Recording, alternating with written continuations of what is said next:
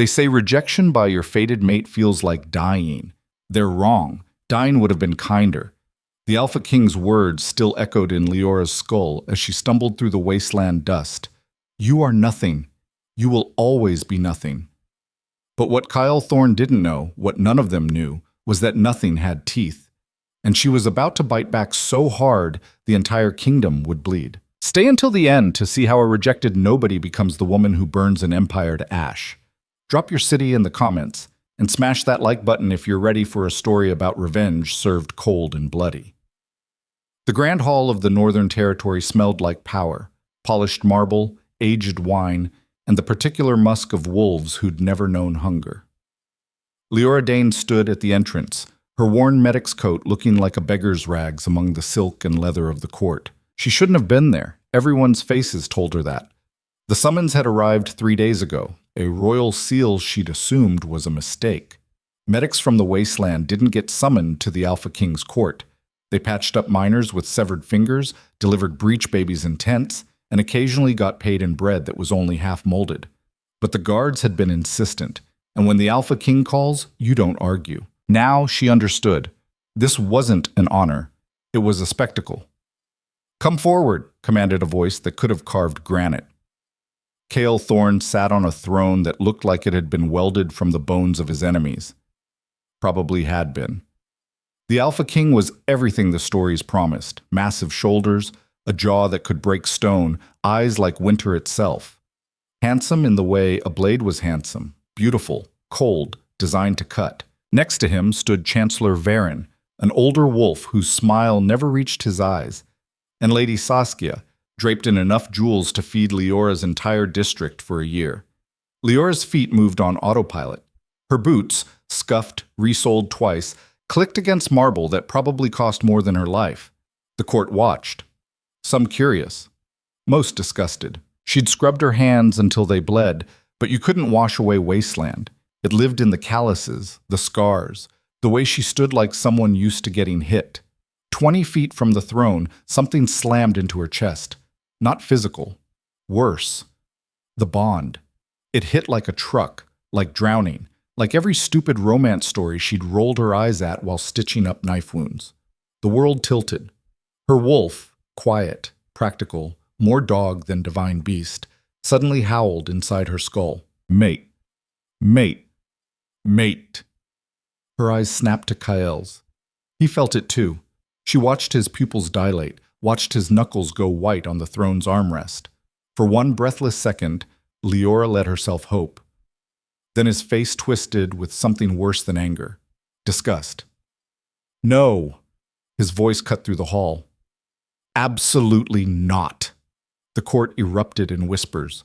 Liora stood frozen, her heart doing something complicated and painful in her chest. Chancellor Varen leaned in, whispering something. Kale's jaw clenched harder. You're the medic, Kale said. Not a question. Yes. Her voice came out steady. Small miracle. From the wasteland. Yes. And you truly believe... He stopped, laughed. It sounded like breaking glass. The moon made a mistake. This is impossible. Lady Saskia's voice dripped honey and arsenic.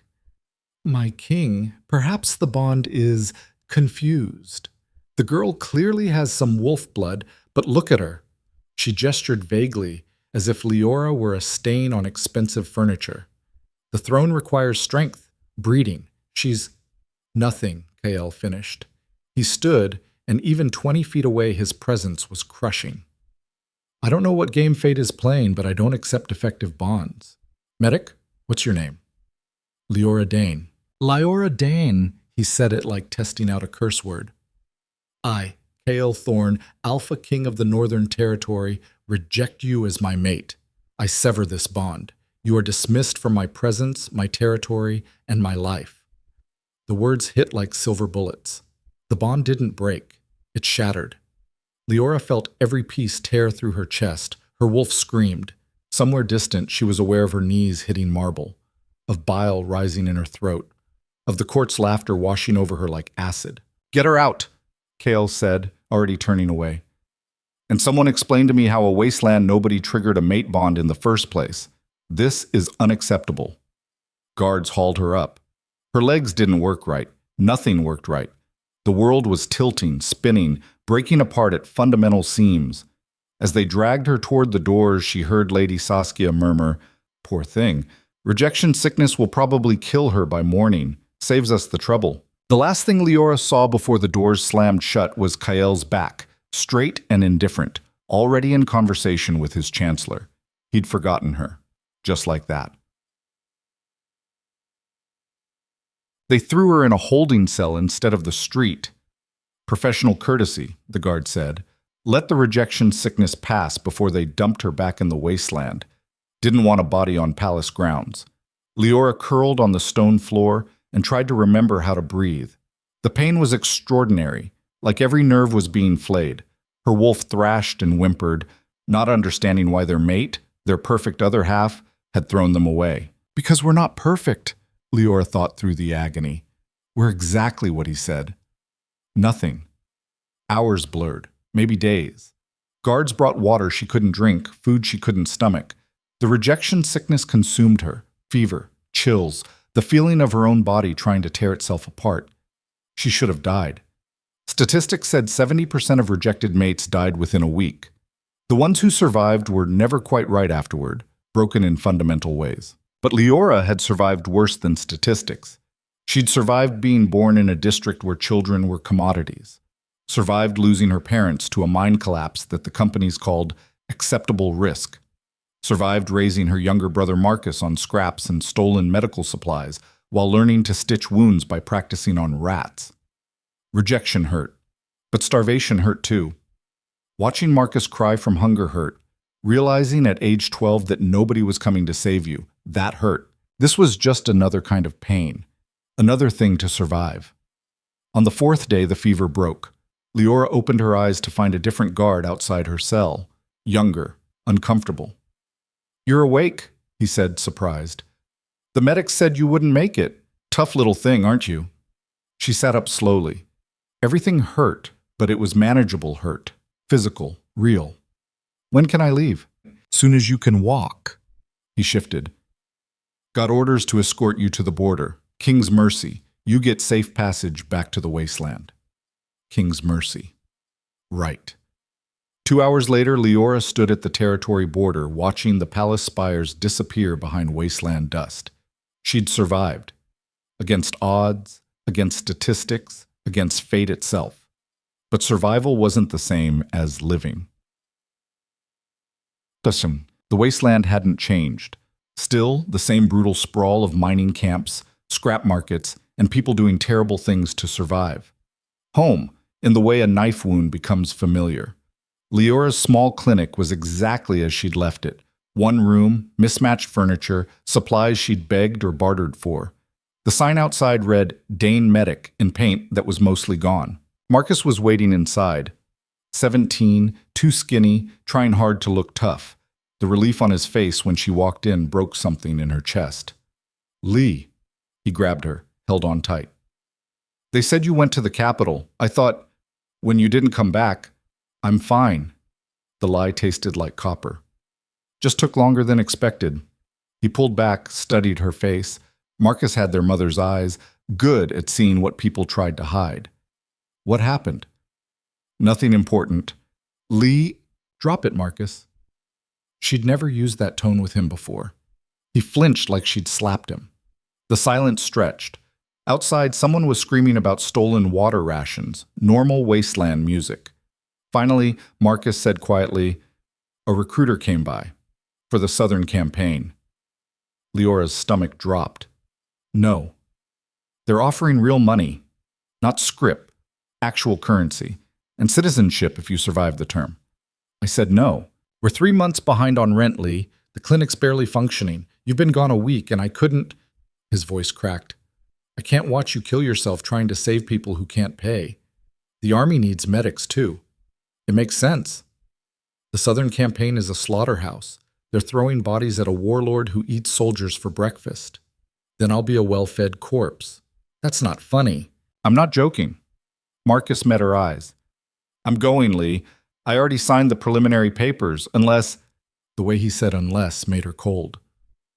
"Unless what?" He wouldn't look at her. The recruiter mentioned something, an alternative. There's this warlord, Darius Kane. He's looking for a wife. The words hung in the air like poison gas. Liora laughed. It came out wrong, jagged. You're suggesting I marry a warlord to save you from joining the army. It's not just that. He's offering protection, resources. The payment for one marriage contract would cover our debts and set up the clinic properly. You'd have actual supplies, security, and a sadist for a husband.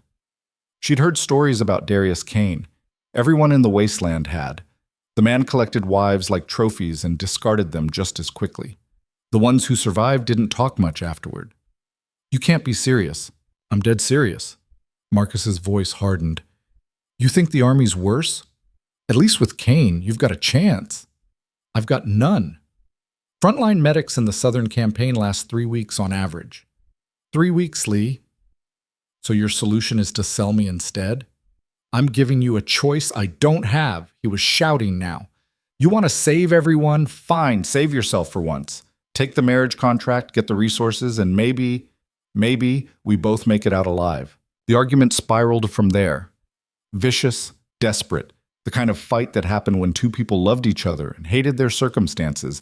It ended with Marcus slamming out of the clinic and Liora alone with the echoes.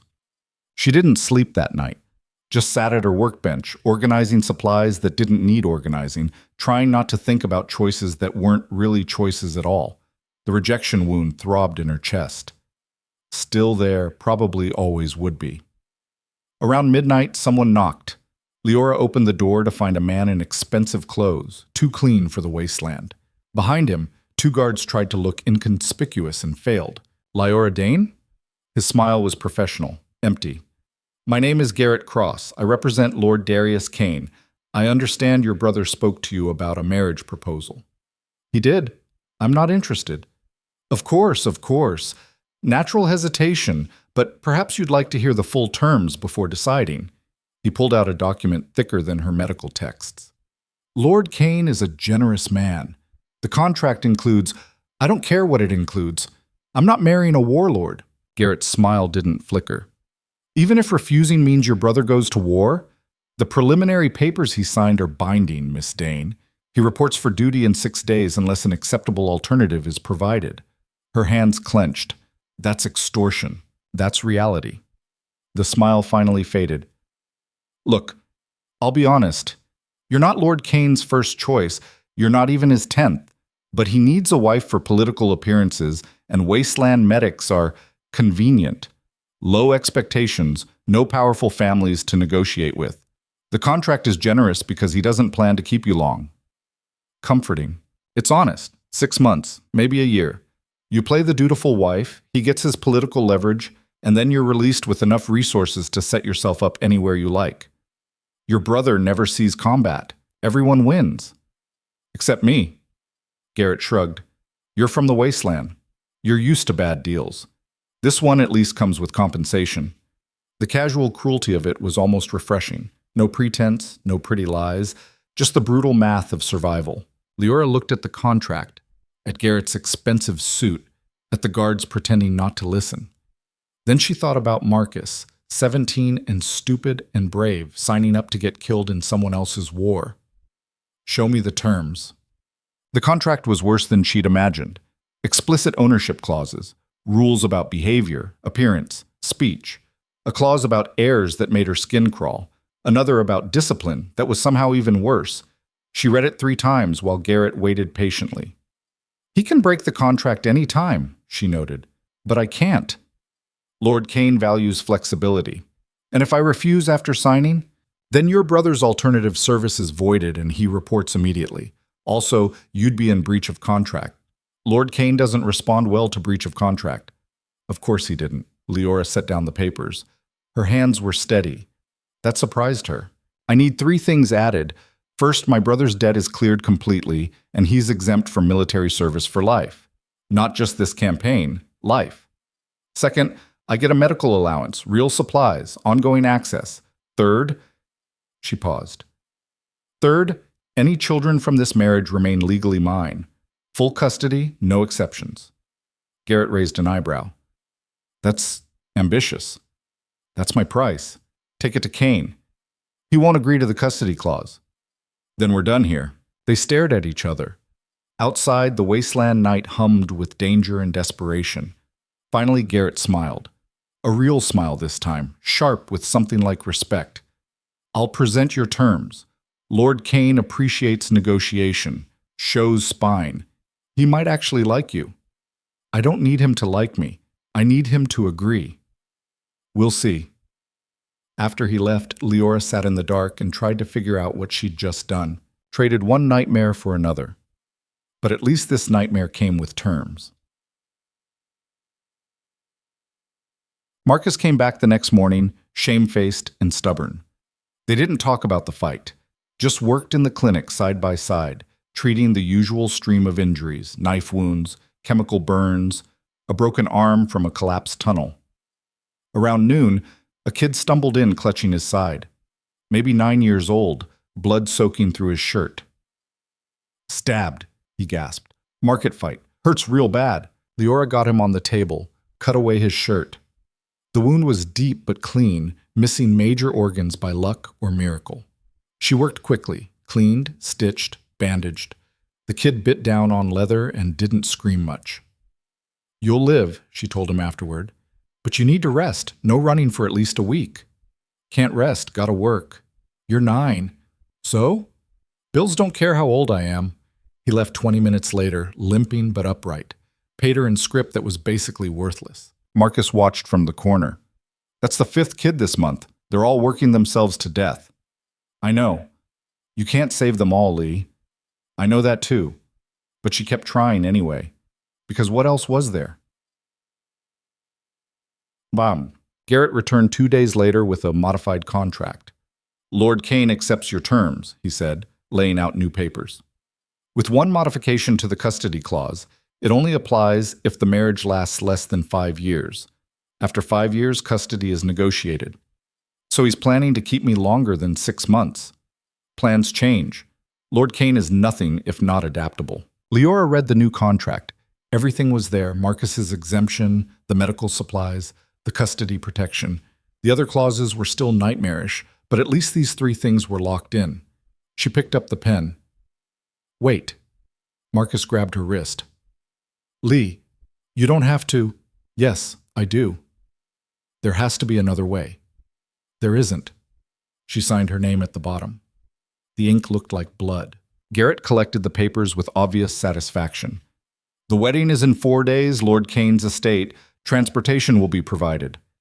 After he left, Marcus said quietly, I'm sorry. Don't be. You didn't ask for this mess any more than I did. What are you going to do? Liora looked at her hands, scarred, capable, steady despite everything. Survive. Same as always. Well, the next 3 days passed in a blur of preparation. Wasteland women visited with advice that ranged from useless to terrifying. Keep your head down. Never disagree. Give him sons, and maybe he'll be gentle. Liora smiled and nodded and felt nothing. The rejection wound still throbbed.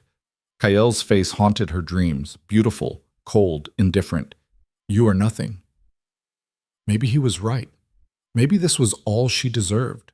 A contract marriage to a monster, payment for her brother's life. At least monsters were honest about what they were. On the 3rd night, she couldn't sleep. Wandered the clinic, touching instruments she might never use again. Everything felt fragile, temporary. Around midnight, she heard scratching at the back door. Liora opened it carefully, expecting a drunk or a thief. Instead, she found a wolf. Not a shifter, an actual wolf, massive and gray, collapsed on her doorstep.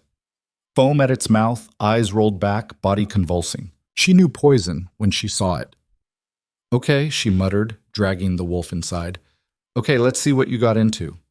She worked through the night, identified the toxin, rare, military grade, used for assassinating shifters, synthesized an antidote from her limited supplies, administered it slowly, carefully, monitoring vitals.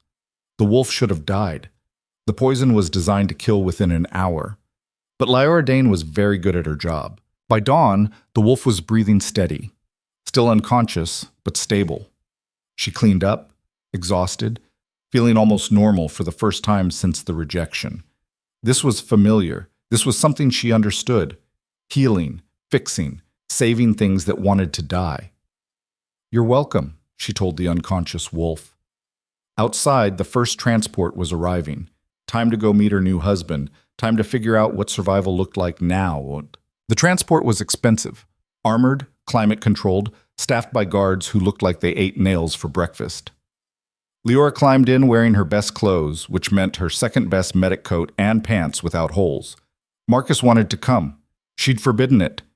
This wasn't his nightmare to walk into. The drive took 6 hours, wasteland slowly giving way to fortified territories. Darius Kane's estate sat on the border, close enough to raid the wasteland, far enough to pretend he wasn't part of it. As they approached, Liora studied the compound through the window. Walls like a prison. Guard towers every 100 feet, everything designed for control, containment. Her new home. The transport stopped at the main gates. A steward met her, older woman, face like granite. "Miss Dane, I'm Mrs. Kellen. I'll be overseeing your preparation for the ceremony." "I don't need much preparation." Lord Kane disagrees. They brought her to a suite bigger than her entire clinic. A dozen attendants descended immediately, bathing, dressing, painting her face like a doll. Liora endured it, focused on breathing, on staying present. The wedding dress was white and heavy, designed to showcase and restrain. Looking in the mirror, she barely recognized herself. "Beautiful," Mrs. Kellen said with zero emotion. "Lord Kane will be pleased."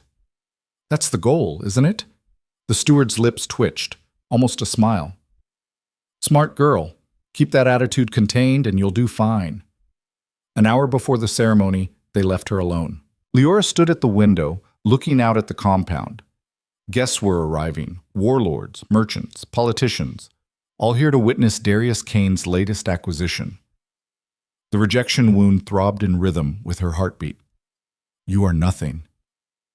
"Maybe," she whispered to her reflection, "but nothing has a way of surviving."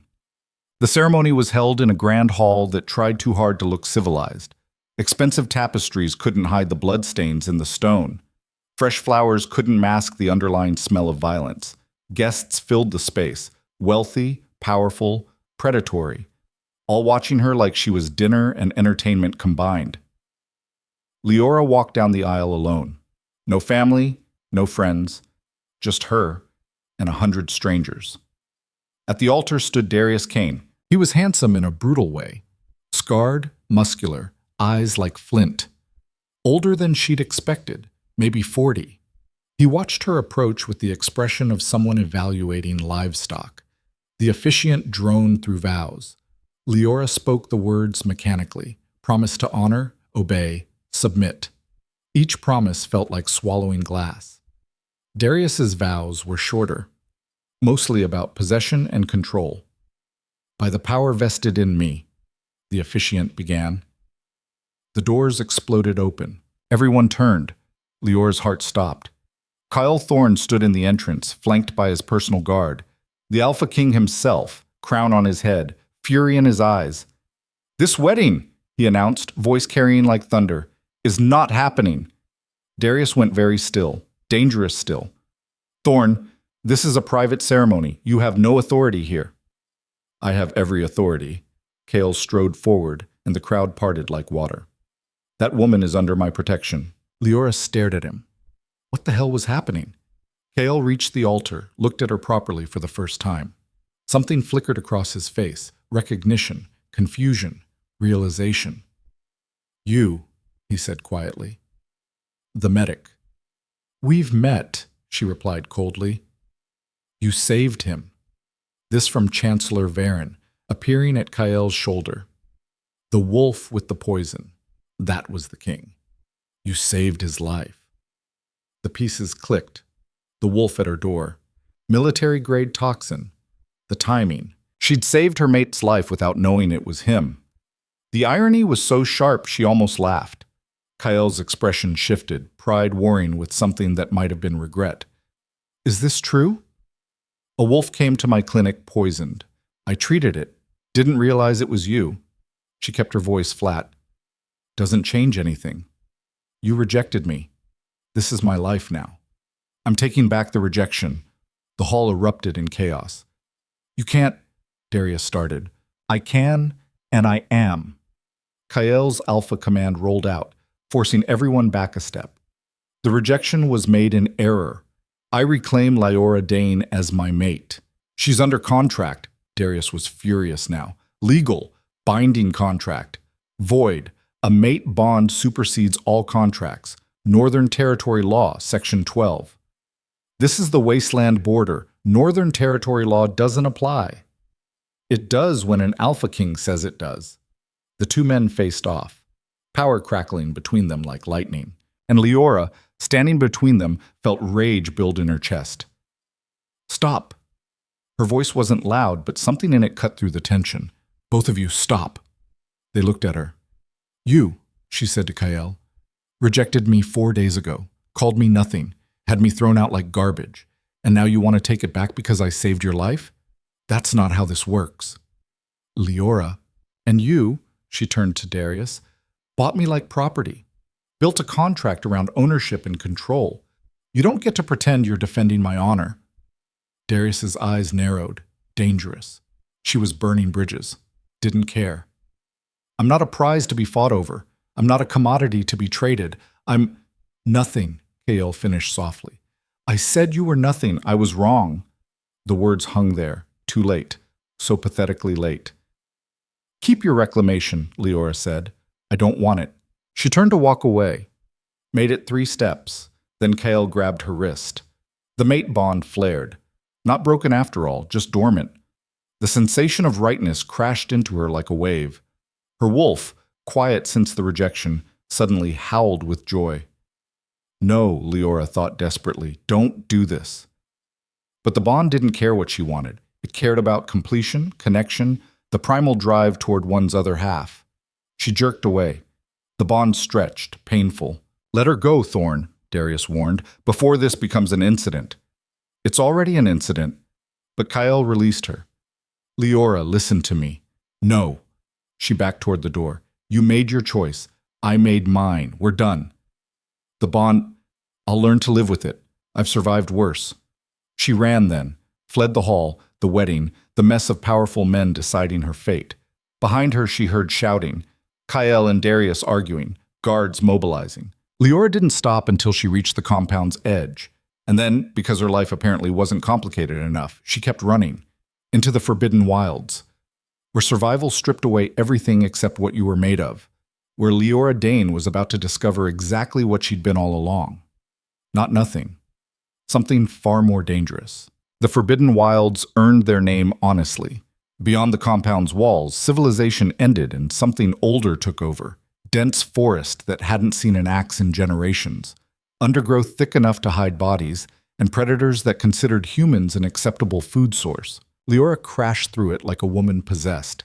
Branches tore at her wedding dress, reducing expensive fabric to ribbons. Her feet, shoved into impractical shoes for the ceremony, screamed with every step. She kicked them off and kept running barefoot. Behind her, voices shouted, guards mobilizing, Kael's alpha command rolling through the compound like thunder. She didn't look back. The forest swallowed her whole. Sunlight filtered through canopies so thick it felt like dusk. The air tasted different here, wild, untamed, dangerous in ways the wasteland never was. The wasteland had rules, brutal, but predictable. The wilds had none. Liora ran until her lungs burned, until the voices faded, until the only sounds were her ragged breathing and the forest's ancient whisper. Then she collapsed against a massive tree trunk, chest heaving, and tried to figure out what the hell she'd just done. Run from an alpha king, abandoned a marriage contract with a warlord, fled into territory that killed experienced trackers. Smart, she muttered. Real smart, Lee. Her wolf stirred, still confused by everything. The bond hummed under her skin, alive again, awake again, wanting things Liora refused to want. She shoved it down, focused on immediate problems. No shoes, shredded dress, no supplies, no water, no weapon. The sun was maybe 3 hours from setting, and she had no idea which direction led to anything resembling safety. Professional survival assessment. She was screwed. Okay. She stood carefully, testing her weight. Her feet were already bleeding from the run, small cuts from rocks and thorns. Okay, think. You've patched up people who survived worse. You know the basics. First priority, water. She could last 3 days without it, but dehydration would make her stupid, and stupid got you killed. Second, shelter. The temperature would drop after sunset. Exposure was a quiet killer. Third, figure out where the hell she was and how to get to somewhere that wasn't here. Liora picked a direction, away from the compound, toward what looked like denser forest, and started walking. Slower now, conserving energy. Her medic brain cataloged everything: edible plants, potential hazards, the quality of light through the trees. An hour in, she found a stream. Small, clear, probably safe. She drank carefully, not too much too fast, and used the water to clean her feet. The cuts weren't deep, but infection was always a risk. She tore strips from her dress, bound her feet as makeshift protection. The remaining fabric barely covered her, but modesty wasn't the priority anymore. Survival, she told herself. Just survive tonight. Tomorrow, figure out the rest. The forest disagreed. As sunset approached, Liora became aware of being watched. Nothing specific, just the prickling certainty that she wasn't alone. Predators moved through the underbrush. Eyes tracked her progress. She found a massive oak with low branches and climbed. Height meant safety, or at least a fighting chance. Wedged herself into a fork 20 feet up, back against the trunk, and waited for dark. The forest at night was a different creature. Sounds magnified, things moving, hunting, killing. Somewhere distant, a wolf howled. Not Kael. Different pack, wild and feral. Her wolf responded instinctively, a low whine in her chest. Shh, Liora whispered. We're not one of them anymore. Weren't one of Kael's pack. Weren't part of any pack, just a rejected mate who'd run away from her problems and straight into new ones. She didn't sleep. Couldn't afford to. Just sat in the tree while the forest lived its violent life around her, and tried not to think about the bond pulling at her chest, about Kael's face when he'd realized who she was, about the mess waiting for her back in the compound, if she ever went back. By dawn, Liora was exhausted, frozen, and had made a decision. She wasn't going back. Not to Kael, not to Darius, not to anyone who thought they could claim her like property. The wilds were dangerous, but at least here, the threats were honest. A wolf wanted to eat you, not own you. She climbed down stiffly, muscles protesting, found more water, drank deep, foraged for berries she recognized from medical texts. Not enough calories, but better than nothing. Then she started walking. No destination, just away. 3 hours later, she heard the scream. Liora froze, listening. There, again. Human, female, terrified. Every survival instinct said keep walking. Other people's problems weren't hers anymore. But she was a medic, had been since age 15. Some training ran too deep to ignore. She followed the sound. The clearing appeared suddenly, a break in the dense forest. In the center, a young woman, maybe 20, dressed in hunting gear, hung suspended from a trap, the kind poachers used for large game. Her leg was caught, bent at a wrong angle. Blood dripped steadily. Around the clearing's edge, 3 men watched with predator patience. Please, the woman gasped. I didn't know this was your territory. Ignorance isn't an excuse. The speaker was heavy-set, scarred, carrying himself like violence was a hobby. This forest belongs to those who can hold it. You're trespassing. I'll leave, I swear. I'll never... You'll leave when we're done with you. He gestured to his companions. Cut her down, slowly. They moved in. The woman screamed again. Liora stepped into the clearing. That's enough. All 4 people turned. The men looked her over. Bloody feet, torn dress, clearly unarmed, and smiled. Well, the leader said, 2 prizes in 1 day. Forest is feeling generous. Let her go, Liora said. She needs medical attention. She needs a lesson. And you, he took a step closer. You need to learn when to keep walking. I'm a medic. That trap's going to sever her artery if you move her wrong. She'll bleed out in minutes. So? 1 less trespasser. Then you'll have a body rotting in your territory. Bodies attract scavengers. Scavengers attract bigger predators. That trap's expensive too. You really want to waste it on a corpse? The logic landed. She watched his expression shift, calculating. Fine. You fix her leg, patch her up enough to walk. Then you both leave and we forget this happened. Deal. They cut the woman down. She collapsed, crying. Liora knelt beside her, assessing quickly. Compound fracture. The bone had broken through skin. Without proper supplies, this was going to be ugly. "What's your name?" she asked quietly. "Mira." The woman was shaking. "Oh, gods, it hurts. I know. I'm going to help, but I need you to stay still." Liora looked up at the men. "I need clean water, cloth for bandages, and 2 straight branches."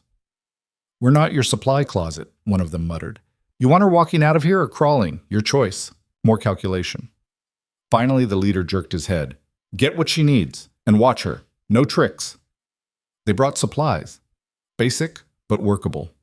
Liora had set bones before, but never without anesthetic. Never with an audience of men waiting to decide if she was useful or disposable.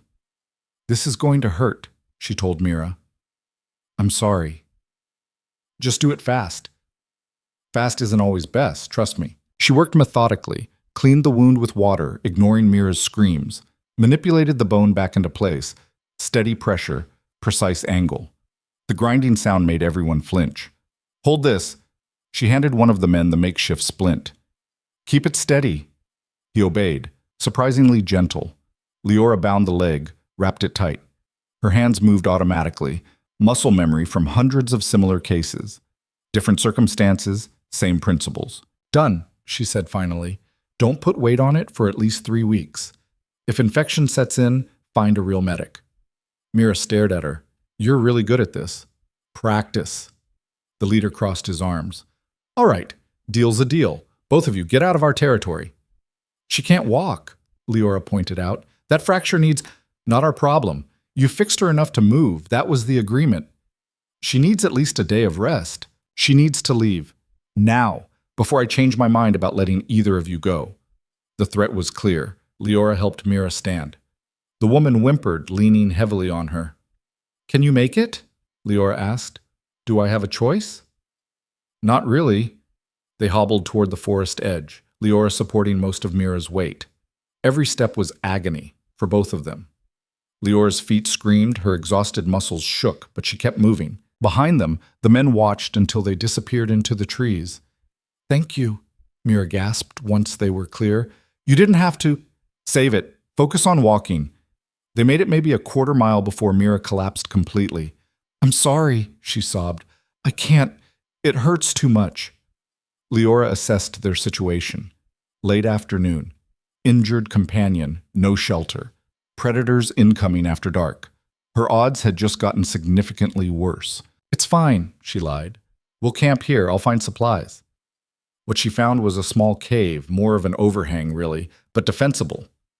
Got Mira settled, then spent the last hour of daylight gathering firewood and anything edible. By the time darkness fell, they had a small fire and some questionable mushrooms Liora was 70% sure weren't poisonous. "Who are you?" Mira asked, watching Liora work. "You're not from around here?" "Nobody important." "You're wearing a wedding dress." "Or what's left of one." Liora looked down at the shredded fabric. "Yeah, it didn't go well." "Clearly." Mira shifted, wincing. "I'm a tracker. Or was. Got separated from my group 3 days ago. Kept going deeper instead of backtracking. Stupid. We all make stupid choices. Running from your wedding into the forbidden wilds? That's next level." Despite everything, Liora almost smiled. "Yeah, that's fair." They sat in silence for a while, fire crackling between them. "What are you going to do?" Mira asked finally. "I don't know. The wilds aren't kind to people alone. You need a pack, a settlement, something." Had those options. They didn't work out. "So you'd rather die out here?" Liora poked at the fire. "Rather take my chances with honest predators than dishonest people." "That's dark." "That's realistic." Mira studied her. "You saved my life back there. You could have walked away. Probably should have. But you didn't. That means something. Means I'm a medic. Can't turn it off." "Means you're human," Mira corrected. "In a world that punishes humanity, those men would have killed me. You risked yourself for a stranger." "Don't make me a hero. I'm just trying to survive." "Aren't we all?" The fire burned lower. Somewhere in the darkness, something howled, closer than last night. Mira tensed. "What was that?" "Wolves. Wild pack." "Are we safe?" Liora added more wood to the fire. "Fire helps. And we're upwind. Should be fine. Should be. Maybe. Possibly. The night stretched. Mira eventually slept, exhausted and feverish. Liora stayed awake, feeding the fire, listening to the forest hunt. Around midnight, she felt it. The bond pulling. Kael was out there, searching. Her wolf stirred, wanting to answer, wanting to run toward him instead of away. No, Liora whispered. He rejected us. Remember? We were nothing. But the bond didn't care about words. It cared about completion, about the biological imperative driving mates together. She felt Kael getting closer, felt his presence like pressure against her skin. Then voices in the darkness. Spread out. She came this direction. Alpha, are you sure she's still alive? The wilds? She's alive. Kael's voice, absolutely certain. I feel her. Keep searching. They were close, too close. Liora made a split-second decision. Grabbed dirt, smothered the fire, shook Mira awake. We need to move, now. What? Hunters, move. They fled deeper into the cave system, Mira leaning heavily on her. Behind them, footsteps approached. Voices called out. Found a camp. Fire's still warm. Search the area. She can't have gone far. Liora and Mira pressed back into the darkness, barely breathing. A figure appeared at the cave entrance, silhouetted against moonlight. Male, large, moving with predator grace. Not Kael, one of his guards. He stepped inside, scanning. Anything? Negative, someone called from outside. Joe, no tracks. Keep looking, the Alpha wants her found. They moved on, the voices faded.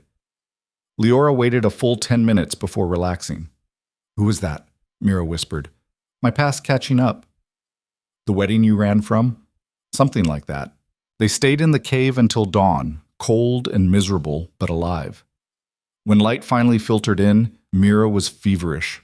The leg wound was infected despite Liora's best efforts. We need to find real medical supplies, Liora said. Antibiotics, proper bandages. You're getting worse.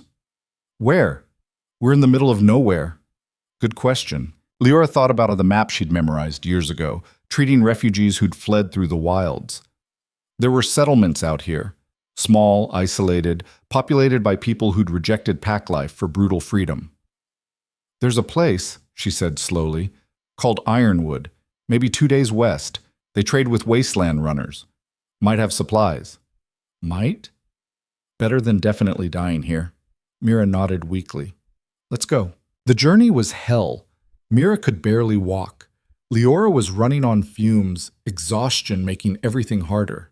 They moved slowly, resting frequently, drinking from streams and eating anything that looked remotely safe. On the second day they encountered more hunters. Not Kael's people this time. Worse. Darius Kane's men. There, one of them shouted, spotting Liora. That's her! They ran. Well, Liora ran, half dragging Mira. The hunters followed, faster, trained. Leave me, Mira gasped. You can make it alone. Shut up and keep moving. They burst into a clearing and stopped dead. Ahead, another group blocked the path. Kael's guard, weapons drawn. Behind, Darius's hunters closing in. Trapped. Well, Liora said, this is bad. The two groups spotted each other simultaneously. Tension crackled. That woman belongs to Lord Kane, one of Darius's men announced. She's under contract. She's the Alpha King's mate, Kael's guard countered. She belongs with him. She doesn't belong to anyone, Liora snapped. Novel concept, I know. Both groups ignored her. Lord Kane will not accept interference. The Alpha King doesn't care what Kane accepts. They were going to fight. Over her, like she was a prize instead of a person. The rage that had been building since the rejection finally exploded. Enough! Her voice cracked through the clearing like a whip. Everyone froze. Liora stepped forward, Mira leaning on her. You want me? Fine. But first, someone provides medical supplies for my friend. Then I'll consider listening to your territorial pissing contest. Miss Dane, Kael's guard began. Medical supplies. Now!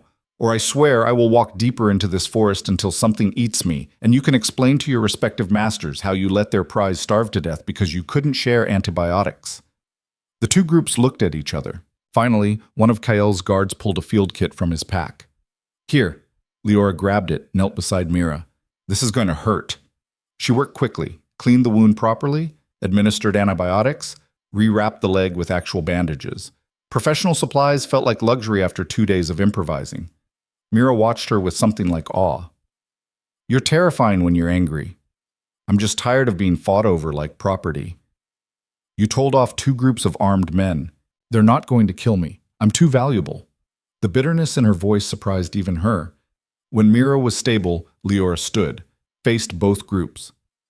All right, here's what's going to happen. She pointed at Darius's hunters.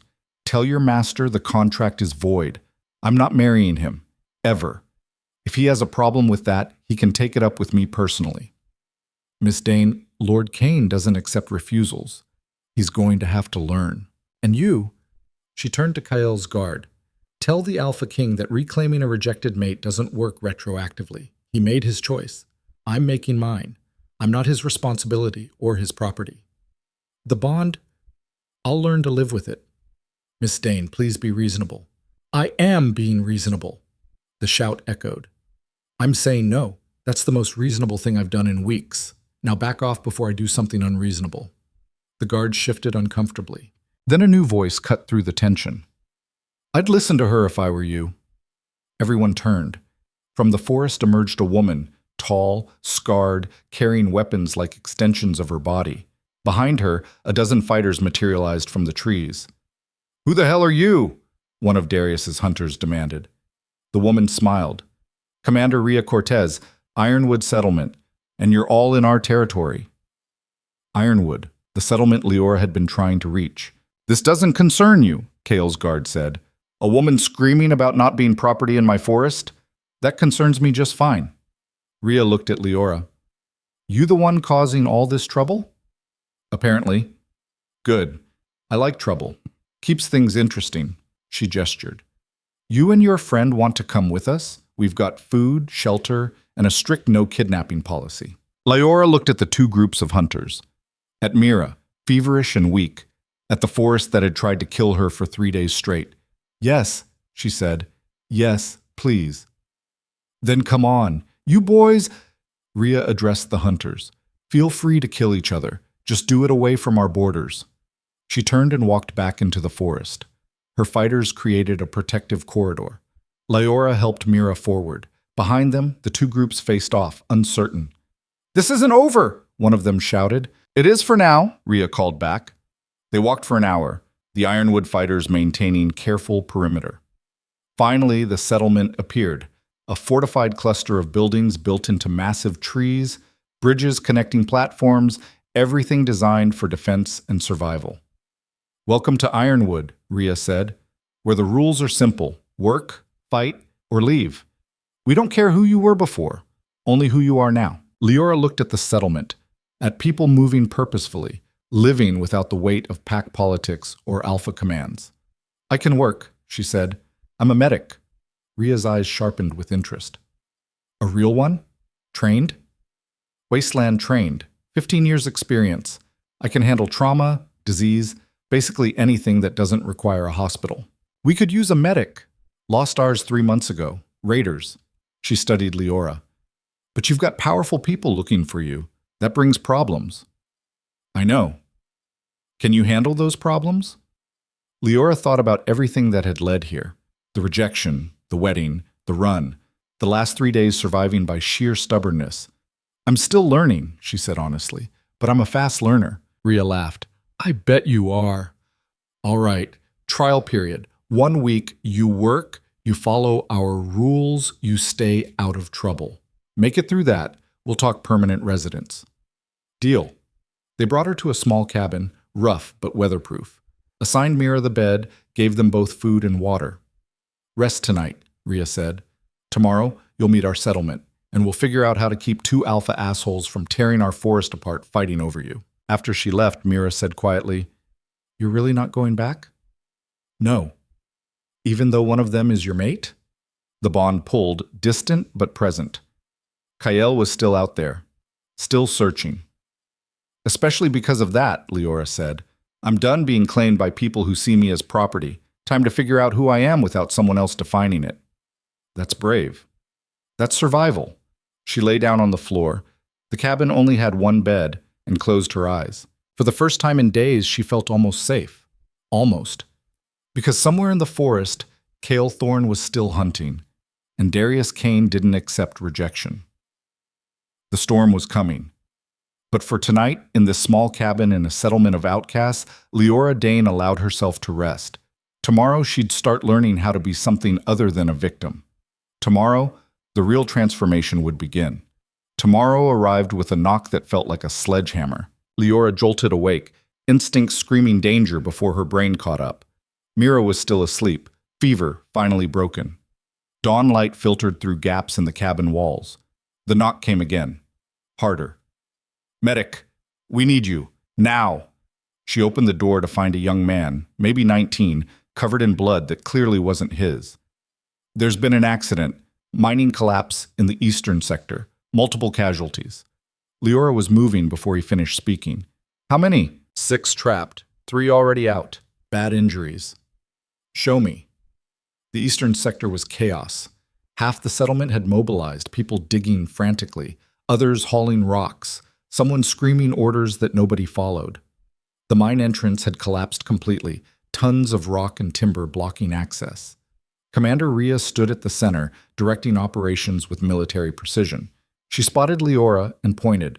3 wounded over there. Start with them." The first casualty was a woman in her 40s, leg crushed beneath a beam, conscious, screaming.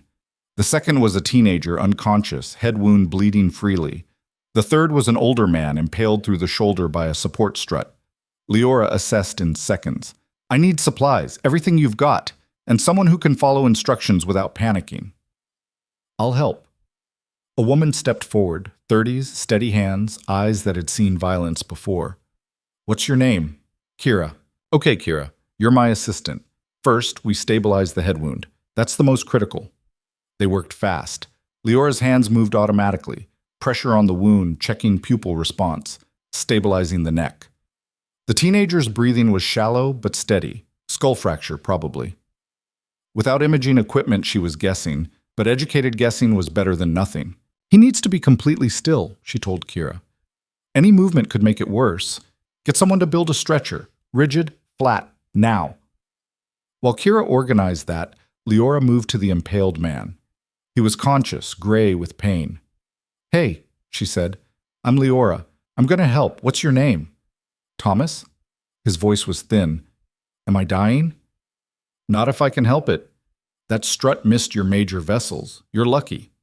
"Doesn't feel lucky." "Lucky is relative. Stay still. This is going to hurt." She examined the impalement carefully.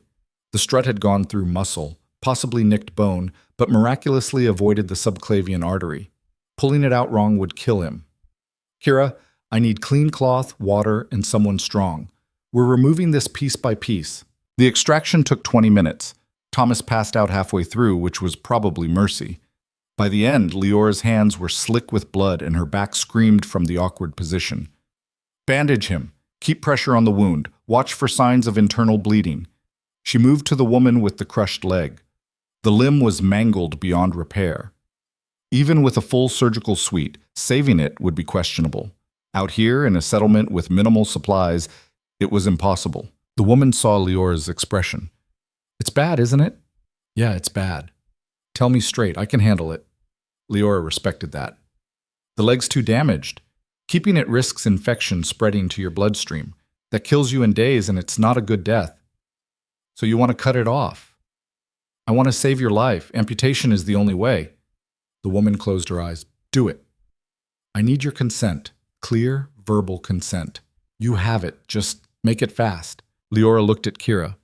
"I need the sharpest blade you've got. Something to use as a tourniquet. Alcohol if there is any, and someone who won't pass out when things get messy." "I've hunted," Kira said. "I can handle it." "This isn't hunting. This is surgery without anesthetic. She's going to scream. Don't stop working." They assembled supplies while Rhea kept the digging operation going. More people had been pulled from the rubble, injured but alive. The settlement medic situation had been dire before. Now it was critical. The amputation was brutal. medieval. Liora had assisted with 2 during her wasteland years, but never performed one herself. She talked through each step, keeping the woman conscious just long enough to monitor shock levels, then let her pass out from pain. The saw they found was meant for wood. It worked, barely. Blood everywhere. Kira held the leg steady while Liora cut through bone, then cauterized the major vessels with heated metal. The smell was nauseating. "Is she going to make it?" Kira asked. "Depends on infection. Next 72 hours are critical." By the time they finished, 4 more casualties had been pulled from the mine. 2 were dead on arrival. The other 2 needed immediate attention. Liora worked through the morning and into afternoon, losing track of time. Stitched lacerations, set broken bones, treated a punctured lung with equipment that would make a real hospital laugh. Every decision was triage. Save who you can, stabilize the rest, don't think about the ones you can't help. It was late afternoon when she finally stopped, hands shaking from exhaustion. Rhea appeared with water and something that might have been food. "You saved 5 people today, maybe 6 if Thomas makes it through the night. Could have been more with proper equipment. Could have been none without you." Rhea sat beside her. "That amputation was gutsy. Most medics would have let her die rather than risk it." "Most medics have other options. I didn't." "You're good at this, better than good." Liora drank the water. It tasted like iron and exhaustion. "I've had practice. Wasteland doesn't leave room for hesitation." "No," Rhea agreed. "It doesn't, which is why you're going to be a problem." "Excuse me?" Word spreading. Ironwood has a medic who can do impossible things. That woman with the crushed leg? 3 people told me she was dead for sure. You proved them wrong. That teenager with the head wound is stable. Thomas is still breathing. That's my job. Your job is going to make you valuable. And valuable people attract attention we don't want. Before Liora could respond, a commotion erupted at the settlement entrance. Rhea stood, hand going to her weapon. "Stay here." But Liora followed anyway. After everything, hiding seemed pointless. At the gates, 2 groups faced off. Again. Kale's people on one side, Chancellor Varen leading them, flanked by elite guards. Darius Kane's representatives on the other, Garrett Cross, and a small army of mercenaries. Between them stood Rhea's fighters, weapons drawn. "This is neutral territory," Rhea announced. "Both of you need to leave." "We're here for Liora Dane," Varen said smoothly. "The Alpha King demands her return." "Lord Kane demands the same," Garrett countered. "She's under contract." "She's under protection," Rhea snapped. "Ironwood doesn't surrender people to anyone. Try to take her by force and see what happens." "Commander, be reasonable." "I am being reasonable." "You're the ones bringing armies to my gate over one woman." Liora stepped forward. "I'm right here. Stop talking about me like I'm absent." Kale's guards spotted her immediately. Several moved forward. Rhea's fighters blocked them. "Miss Dane," Varen said with forced civility, "the Alpha King wishes to speak with you, privately. He rejected me, publicly. We have nothing to discuss." The rejection was made in error. The rejection was made in front of hundreds of witnesses. He called me nothing. Those were his words. Now he wants to take them back because I saved his life? She laughed, sharp. "That's not how this works." Garrett spoke up. "Lord Kane is willing to renegotiate the contract terms. He recognizes your value. I'm not a commodity to be valued and traded. Tell Kane the contract is void. Tell him if he comes for me again, I'll make him regret it." "That sounds like a threat. That's a promise." The 2 groups exchanged glances. This wasn't going according to plan. Then Varen played his card. "The Alpha King also wanted me to inform you, your brother has been conscripted. Emergency war provisions. He reports for duty in 3 days unless alternative arrangements are made." The world stopped. "What did you say?" "Marcus Dane, 17 years old, Wasteland District. He's been drafted for the Southern Campaign, unless of course certain agreements can be reached." Rage and terror warred in Liora's chest. "You're using my brother as leverage. We're offering alternatives. Return to the capital, speak with the Alpha King, and your brother's conscription can be overlooked." "You bastards. We're practical. The Alpha King wants his mate. You want your brother safe. Everyone gets what they need." Leora's vision went red. She started forward, not sure what she intended to do, but certain it involved violence. Rhea caught her arm. Don't. That's what they want. They're threatening Marcus. I know, and charging at armed guards won't help him. Liora forced herself to breathe, think, react with her brain instead of her rage. You have 2 days, Valen said. After that, your brother ships out. The Southern campaign has a 90% casualty rate. Think carefully. They withdrew. Both groups satisfied they'd delivered their messages. Rhea turned to Liora. What are you going to do? I don't know. Lying to yourself won't help. I'm not... She stopped. I don't have good options. Go back to Kael. Marcus lives, but I'm trapped. Marry Darius. Same result. Stay here. Marcus dies. There might be another way. Such as? Rhea hesitated. Come with me. There's something you should see. They walked to the settlement center, to a building larger than the others. Inside, maps covered every surface. Trade routes, territory boundaries, patrol patterns. We're not just a settlement, Rhea said. We're a network. People who rejected pack politics, who got tired of alphas treating everyone like property. We have contacts across 6 territories, resources, information. What are you saying? I'm saying we could extract your brother. Get him out before the conscription is enforced. Bring him here. Hope flared. Dangerous. How? We have people in the wasteland. People who owe us favors. It's risky, but possible. What's the catch? You stay. You work as our medic. And you help us with something we've been trying to figure out for months. What? Rhea pulled out a vial, dark liquid, familiar. This. It's a poison. Military grade, expensive, extremely effective. Someone's been using it to assassinate pack leaders and high-value targets. We intercepted this sample 3 weeks ago. Can't identify it. Can't synthesize an antidote. Liora took the vial, held it up to the light. Recognition hit immediately. That's vexillum toxin. Rare plant derivative, modified with chemical compounds. I've seen it once before. Where? On the wolf I treated. The one that turned out to be Kael. She looked up. Someone tried to assassinate the Alpha King with this, and I stopped them. Can you make an antidote? With the right supplies and time, maybe. Why? Because whoever's using this poison is escalating. 3 pack leaders dead in 4 months. If they succeed in destabilizing enough territories, we're looking at a region-wide war. Ironwood stays neutral, but we can't stay neutral if the whole forest burns. Liora studied the poison. This is a long shot. Even with samples, antidote synthesis is complex. But possible. Possible. Then help us. Stay here, develop the antidote, and we'll get your brother out. Everyone wins. It was a good offer. Maybe too good. What aren't you telling me? Rhea smiled grimly. The person making this poison, we think they're connected to someone powerful. Maybe Darius Kane. Maybe someone in Kael's inner circle. Maybe both. Whoever it is has resources and reach. If you start working on this, you become a target. I'm already a target. Different kind. Right now, you're valuable alive. Start threatening someone's assassination operation, and you become valuable dead. Liora weighed the options. Risk her life to save Marcus and possibly prevent a war. Or surrender to Kael or Darius, condemning herself to a life of control. Not really a choice. Get Marcus out, she said. I'll work on the antidote. Deal. They shook hands. The alliance felt fragile, built on desperation and necessity. But it was something. Over the next 2 days, Liora worked non-stop. Rhea's people brought supplies, begged, borrowed, stolen. Not ideal laboratory equipment, but functional.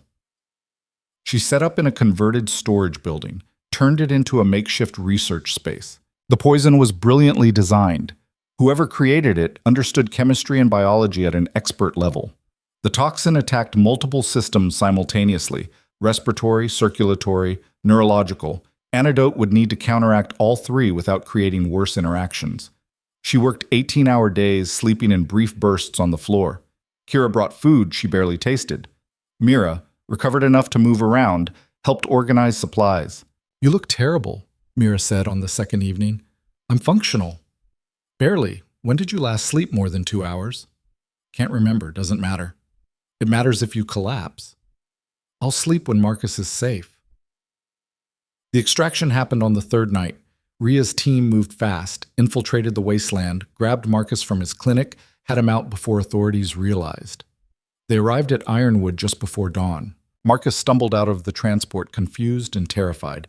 Then he saw Liora. Lee? She grabbed him, held on tight. You're safe. You're okay. You're safe. What? How? Long story. You're staying here now. No army, no conscription. Safe. He pulled back, studying her face. You look like hell. Thanks. I'm serious. What happened to you? Everything. Nothing. Too much to explain. Later, she said. Right now, just rest. You're safe. Marcus didn't look convinced, but he was too exhausted to argue. Ria appeared. We need to talk, privately. They walked to the command building. Inside, her expression was grim. The extraction worked, but it wasn't clean. Kael's people were watching. They know we took Marcus. So? So they're coming, both groups, Kael and Darius. They're done negotiating. They're bringing armies. Leora's stomach dropped. When? Tomorrow. Maybe sooner. We have maybe 12 hours to prepare. Can you defend against both? Against one? Probably. Against both at once? No chance. Then we run. Evacuate. And go where? This is our home. These people built lives here. We don't abandon that without a fight. You'll die. Maybe, but on our terms. Ria looked at her. You should leave. This fight isn't yours. They're coming for me. It's absolutely my fight. Then stay and help us figure out how to survive the next 24 hours. They strategized through the night.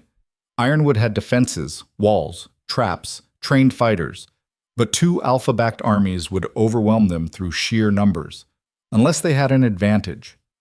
Liora stared at the poison vial. An idea formed. Terrible, dangerous, possibly suicidal. The antidote, she said slowly. If I can finish it, we have leverage. How? Both Kael and Darius want me alive. They think I'm valuable as a mate, as property, but if I have the antidote to a poison that's been killing pack leaders, I become valuable for different reasons. Information they need. That makes you a bigger target. It makes me untouchable. Kill me, lose the antidote. Attacking Ironwood kills me in the crossfire. They'd have to negotiate instead of just taking what they want. Ria considered. That's a massive gamble. You have a better idea? She didn't. How long to finish the antidote? Liora looked at her supplies, her notes. 6 hours, maybe, if nothing goes wrong. Then you've got 6 hours. I'll prepare defenses. Liora worked like a woman possessed. The chemistry was complex, dangerous. One wrong compound ratio, and the whole thing could be toxic instead of curative. She ran tests on plant samples, adjusted formulas, synthesized components with equipment that was barely adequate. Kira stayed with her, following instructions, asking questions that kept Liora focused. Why are you doing this? Kira asked around hour 4. You could run, take your brother and disappear. And go where? They'd find us. I'm tired of running. So you're making a stand. I'm making a choice, first real choice I've made since this started. Brave or stupid? Probably both. Hour 5. The formula finally stabilized. She tested it on the plant samples, watched the toxin neutralize, saw the cellular recovery begin. It works, she breathed. It actually works. Kira whooped. You did it! Liora packaged the antidote carefully. 3 vials, 1 for demonstration, 2 for leverage. Then she heard the horns. They were here. She ran to the walls. Dawn was breaking, and in the gray light, 2 armies approached from different directions. Kael's forces from the north, disciplined, organized, 100 strong. Darius's mercenaries from the south, brutal, efficient, paid to win. Ironwood's defenders stood ready, but they were vastly outnumbered. This is going to get messy, Ria said. Both armies stopped just outside weapon range. A moment of terrible silence. Then Kael himself rode forward, not hiding behind guards this time. The Alpha King in full royal armor, looking like war incarnate. On the opposite side, Darius Kane emerged, older than Kael, scarred, radiating the kind of cruelty that came from years of violence. They saw each other. Recognition flashed. This wasn't just about Liora anymore. This was two powerful men, both used to winning, forced to confront each other over the same prize. Ironwood settlement, Kael's voice boomed. Surrender Liora Dane and there will be no bloodshed. She's under my contract, Darius countered. Ironwood, deliver her to me and you'll be compensated handsomely. Rhea stepped forward. She's under our protection. You want her? Come take her. But it'll cost you. Kael's expression darkened. Commander, don't be foolish. You can't win this fight. Maybe not, but we'll make sure you bleed for it. Liora climbed onto the wall. Stop! Everyone looked up. She held up the vial of antidote, making sure both armies could see it. You want me? Fine. But first you're going to listen. Liora, Kael started. No, you don't get to talk. You rejected me, hunted me, used my brother as leverage. And you, she pointed at Darius, tried to buy me like cattle. Both of you treated me like property, so now I'm setting the terms. She raised the vial higher. This is the antidote to vexillum toxin, the same poison used to assassinate pack leaders across 6 territories. Someone in one of your organizations has been using this to destabilize the region. I just developed the only known antidote. The armies shifted. That got attention. Prove it, Darius demanded. Liora gestured. One of Rhea's fighters brought forward a rabbit they'd injected with the poison, dying, convulsing. She administered the antidote. 30 seconds later, the rabbit's breathing stabilized. 60 seconds, it was moving normally. The antidote works, she announced. And I'm the only one who knows how to make it. Kill me, it dies with me. Attack this settlement, I die in the crossfire. You both lose. Kael's jaw clenched. What do you want? I want you to leave, both of you. My brother stays here safe. Ironwood stays neutral. And in exchange, I'll provide the antidote formula to whoever can tell me who's been making the poison. That's, Varen started. Non-negotiable, Wushin, Liora interrupted. You want to stop the assassinations? You want to prevent a region-wide war? This is the price. Information for information. The two leaders looked at each other, calculations running behind their eyes. Then Kael said, I can't tell you who's making the poison. Then we have nothing to discuss. But I can tell you it's not coming from my territory. We've been investigating for months. The trail leads south. Darius's expression went cold. You're accusing me.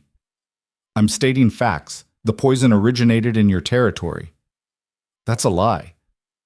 Then explain how 3 assassination attempts in my region used compounds only available through southern trade routes. They were going to fight. Right here, right now.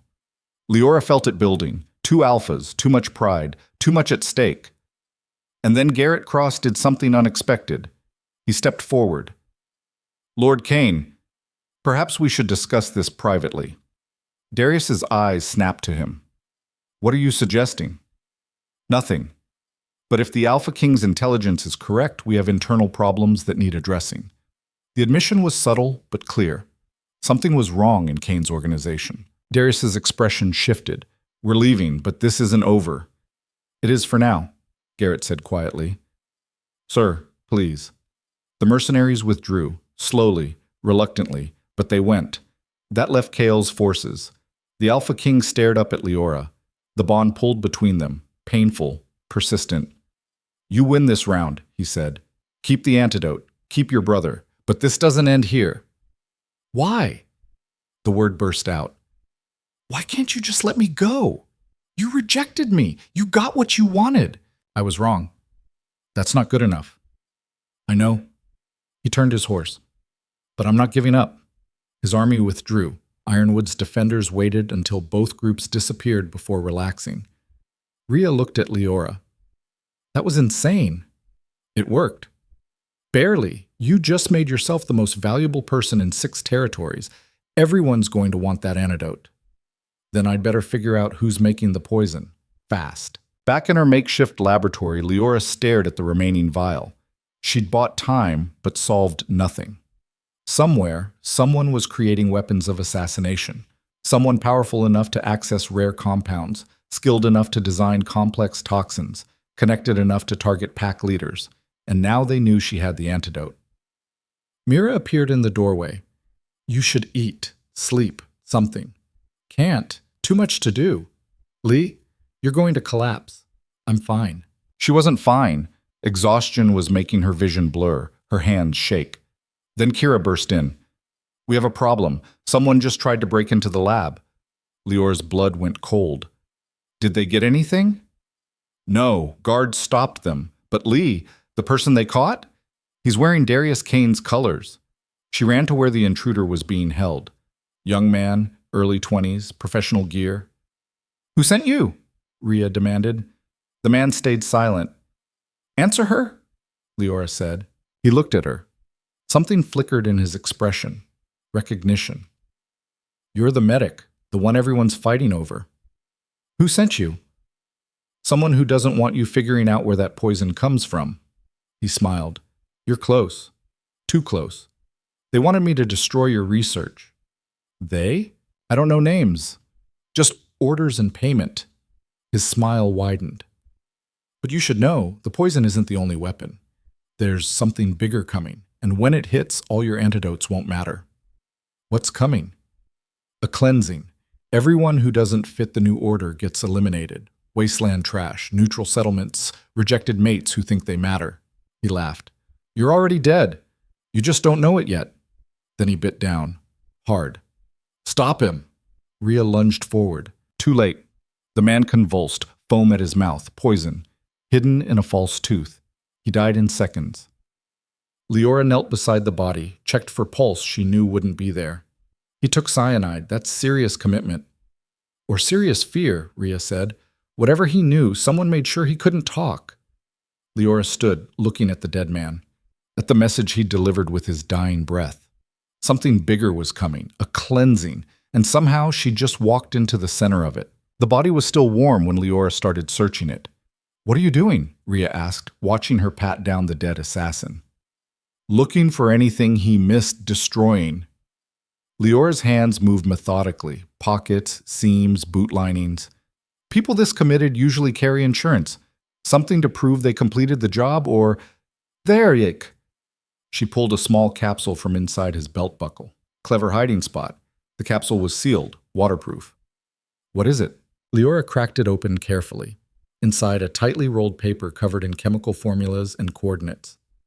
Instructions, or maybe a map. She studied the compounds. This is a synthesis pathway for the poison. So we know how it's made. Better, we know where the components come from. She pointed at specific notations. These compounds require specialized equipment, the kind that only exists in 3 places: military research facilities, high-end pharmaceutical labs, or what? Or the old Royal Laboratory in the Eastern Wastes. It was abandoned 20 years ago after the territory wars, but the equipment might still be intact. Rhea leaned closer. That's in Darius Kane's territory, deep in it, which means either he's directly involved or someone in his organization is running this operation without his knowledge. You believe that? That a warlord doesn't know what's happening in his own territory? Liora thought about Garrett Cross's reaction during the standoff, the way he'd pushed Darius to withdraw. I think Kane's organization is bigger than him, and someone inside it is playing a different game. We need proof. We need to get into that laboratory. Rhea stared at her. You're suggesting we infiltrate the Eastern Wastes, the most hostile territory in 6 regions, to break into a facility that might be guarded, might be operational, might be full of people making assassination weapons. Yes, that's suicide. That's the only way to find out who's behind this before their cleansing starts killing everyone who doesn't fit their new order. Liora stood. The assassin said I'm already dead. He might be right, but I'd rather die trying to stop this than waiting for it to find me. You're insane. I'm tired of being hunted. Time to hunt back. Rhea was quiet for a long moment. Then she smiled, sharp, dangerous. All right, we do this smart. Small team, fast extraction. In and out before anyone knows we were there. How small? You, me, Kira, and 2 of my best scouts. Anyone else slows us down. When do we leave? Dawn. That gives us 6 hours to prepare and 2 hours to sleep. You look like death, and I need you functional. Liora wanted to argue, but exhaustion was making her sway. Fine, 6 hours. She found Marcus in the cabin Ironwood had assigned him. He was awake, staring at the ceiling. Can't sleep? She asked. Can't stop thinking about how close I came to dying in that war, and how you somehow got me out. He sat up. Lee, what's going on? People here talk about you like you're important, like you matter. It's complicated. Try me. So she told him. Not everything. Some wounds were still too fresh. But the rejection, the marriage contract, the poison, the armies. He listened without interrupting. When she finished, Marcus said quietly, You should have let me go to war. What? I'm one person. You just prevented a battle that would have killed dozens, traded my life for theirs.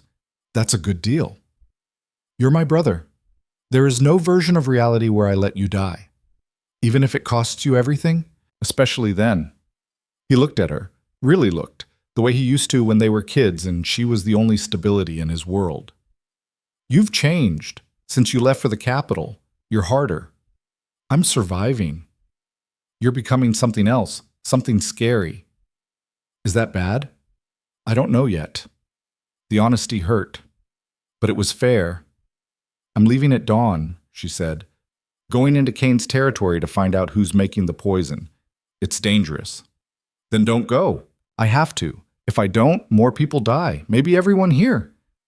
And if you die, then you stay here. Rhea will take care of you. You'll be safe.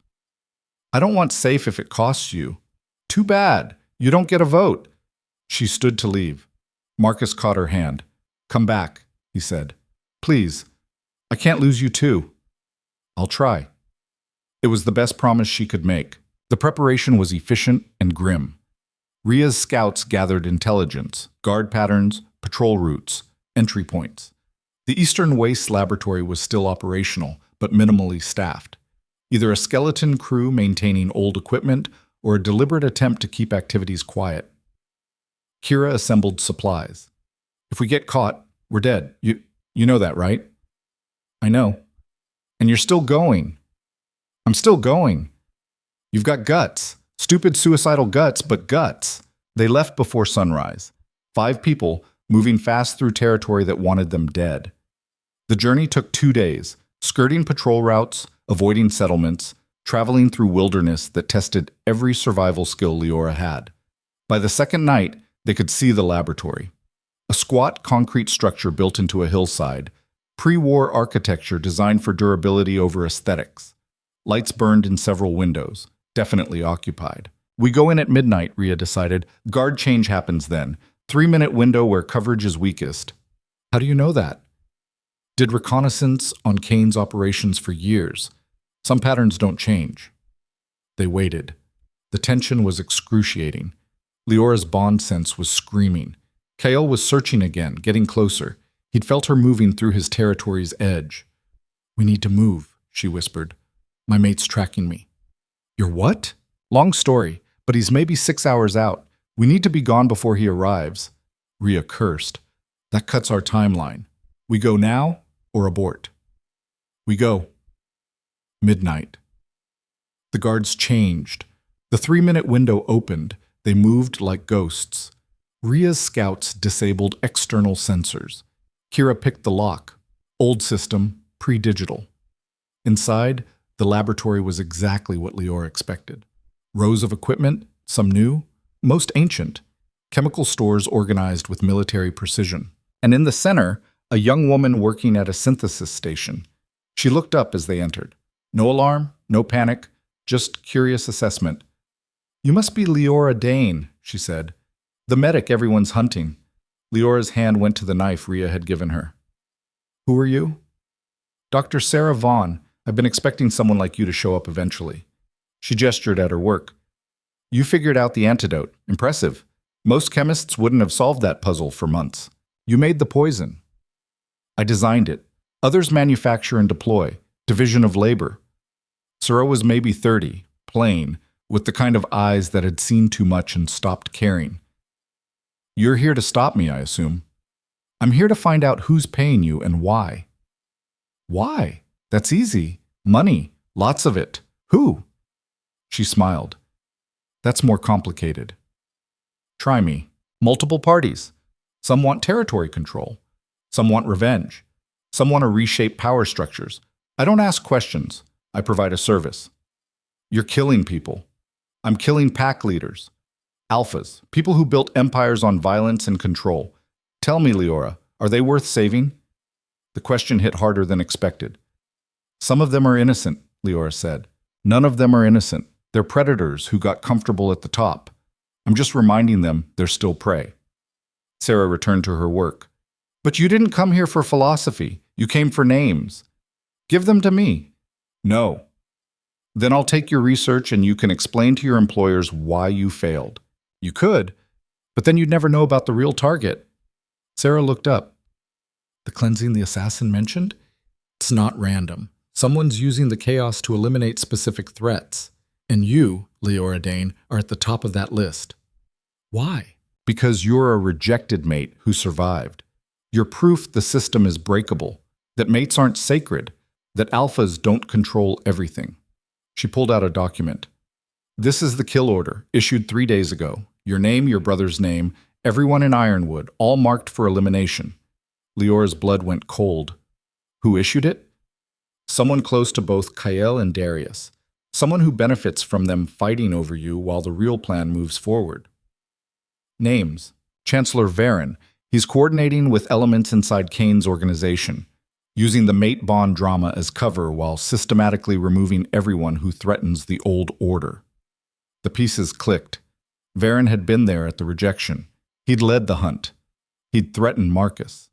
Every move designed to keep Liora running, keep the alphas distracted, while he consolidated power. Why are you telling me this? Because I'm tired. Sarah's voice was flat. I make weapons. That's what I'm good at. But watching them used to target survivors, people trying to escape the system, that's not what I signed up for. Varen wants a purge. I want out. So help us stop him. I'll do better. I'll give you everything. Research, communication records, payment trails, enough to bury Varen and everyone working with him. She pulled out a data drive. But you have to promise me something. What? Immunity. I disappear. New identity, new life. I don't care where. Just away from all of this. Rhea stepped forward. That's not our decision to make. Then make it, because in about 5 minutes, Varen's people will be here. They're coming to move the operation and eliminate me. I'm a loose end they don't need anymore. You set this up, Liora realized. You knew we'd come. I left breadcrumbs. The assassin's capsule, the laboratory location. I needed someone desperate enough to act and smart enough to use what I'm giving you. Sarah held out the drive. Take it, stop Varen, and get me out of here. Alarms started screaming. That's them, Sarah said. Guess they're early. We need to move. Now. Rhea's scouts were already by the exit. Back entrance, go! They ran. The laboratory erupted behind them, guards pouring in, shouting. Liora grabbed Sarah's arm, pulling her along. The research, Sarah gasped. Already got it, Kira said, holding up the drive. Move faster. They burst into the night. Behind them, the laboratory lit up like a beacon, guards spreading out, searching. Split up, Rhea ordered. Regroup at the cache point. Go! Liora ran with Sarah and Kira. The other 3 went different directions, standard evasion tactics. They made it maybe a mile before running into the second problem. Darius Kane himself, flanked by Garrett Cross and a dozen elite fighters. Well, Darius said, this is unexpected. Liora put herself between Sarah and the warlord. Let us pass. I don't think so. You're on my territory, breaking into my facilities, stealing my assets. He looked at Sarah. Hello, Doctor. Running away? You're working with Varen, Sarah said flatly. Or he's using your organization. Either way, you're part of the problem. Darius's expression went cold. Explain. Chancellor Varen has been coordinating assassinations and planning a regional purge, using your resources, your territory, your protection. You're either his accomplice or his puppet. Which is it? That's a lie. It's documented. Communications, payment trails, everything. All pointing back to coordination between your organization and Varen's operations. Garrett stepped forward. My lord, perhaps we should hear her out. This is clearly a setup. Is it? Garrett's voice was careful. Several contracts we agreed to in the past 6 months seemed unusual. Routes we approved for supplies that never materialized. Payments for services we didn't order. I flagged them, but I said it was handled. By whom? Silence. Darius looked at his advisor, at Sarah, at Liora. You're telling me someone's been using my organization to commit assassinations? Not just assassinations, Liora said. A coordinated attack on anyone who threatens the existing power structure. Rejected mates, neutral settlements, anyone who proves the Alpha system isn't absolute. And you have proof? She held up the drive. Everything. Research, communications, targets. Show me. Not here. Not now. Not while Varen's people are hunting us. As if summoned, gunfire erupted in the distance. The laboratory guards were spreading out. Darius made a decision. Garrett, secure the doctor and her associates. Bring them to the compound. I want answers, and I want them detailed. My lord, do it. If there's a conspiracy using my territory, I'm going to know about it. They move fast. Darius's people were efficient, getting them clear of the search zone and back to his compound in hours. The estate was exactly what Liora expected. Fortified, luxurious, designed to intimidate. They were brought to a conference room, not a cell. That was something. Darius sat across from them, Garrett at his side. Talk. Sarah did. Laid out everything. The poison operation, the assassination contracts, Varen's involvement, the planned purge. The data drive backed it up with cold precision. By the end, Darius looked murderous. Varen approached me 6 months ago, said he had opportunities for mutually beneficial arrangements. I thought he meant trade agreements. He meant using your territory to destabilize the region, Sarah said, while keeping you looking like the villain so both you and Kyle would be too busy fighting each other to notice. And the rejected mate drama? Perfect distraction. 2 alphas fighting over 1 woman? That's theater. Keeps everyone's eyes off the real movement. Varen consolidating power and eliminating threats. Garrett pulled up communications on his own device. These contracts, the unusual payments, they all route through shell companies connected to Varen's network. He played me. Darius's voice was ice. Used my resources, my territory, my reputation. What are you going to do? Liora asked. What I should have done from the start. Verify everything, then burn everyone involved to the ground. He looked at her. Starting with the marriage contract. It's void. Varen pushed for it, said it would secure strategic advantages. Now I know why. Keeping you trapped, keeping the conflict active. Just like that? I don't like being manipulated, and I don't appreciate people using my organization for their schemes. Consider yourself released from any obligation. It should have felt like victory. Mostly it felt surreal. What about her? Liora gestured to Sarah. The doctor stays until I'm satisfied she's told me everything. Then we'll discuss terms. She wants immunity, new identity. She created weapons that killed pack leaders. She also just gave you evidence to stop a conspiracy. That's worth something. Darius studied Sarah. You really want out? I'm a chemist, not an assassin. I made a mistake working with Varen. Let me disappear and I'll never make weapons again. I'll consider it, after I verify your information. It was the best offer they'd get. Garrett escorted them to guest quarters. Lord Kane will want detailed statements from all of you, but for tonight, rest. You're safe here. Are we? Liora asked. Varen knows we escaped with evidence. Lord Kane's compound is one of the most secure locations in 6 territories. Varen's people can't reach you here. Liora wanted to believe that, but safety felt like a foreign concept. That night, she couldn't sleep. The bond was pulling harder. Kyle was close, had tracked her to Kane's territory. Around midnight, alarms screamed. Liora was out of bed and armed in seconds. Outside, chaos. Guards mobilizing, someone breaching the walls. She ran toward the command center, found Darius and Garrett coordinating defense. What's happening? Alpha King's forces at the north gate. They're demanding entry and your surrender. Of course they are. Darius looked at her. I'm not handing you over. But I'm also not starting a war over you. We need to resolve this. How?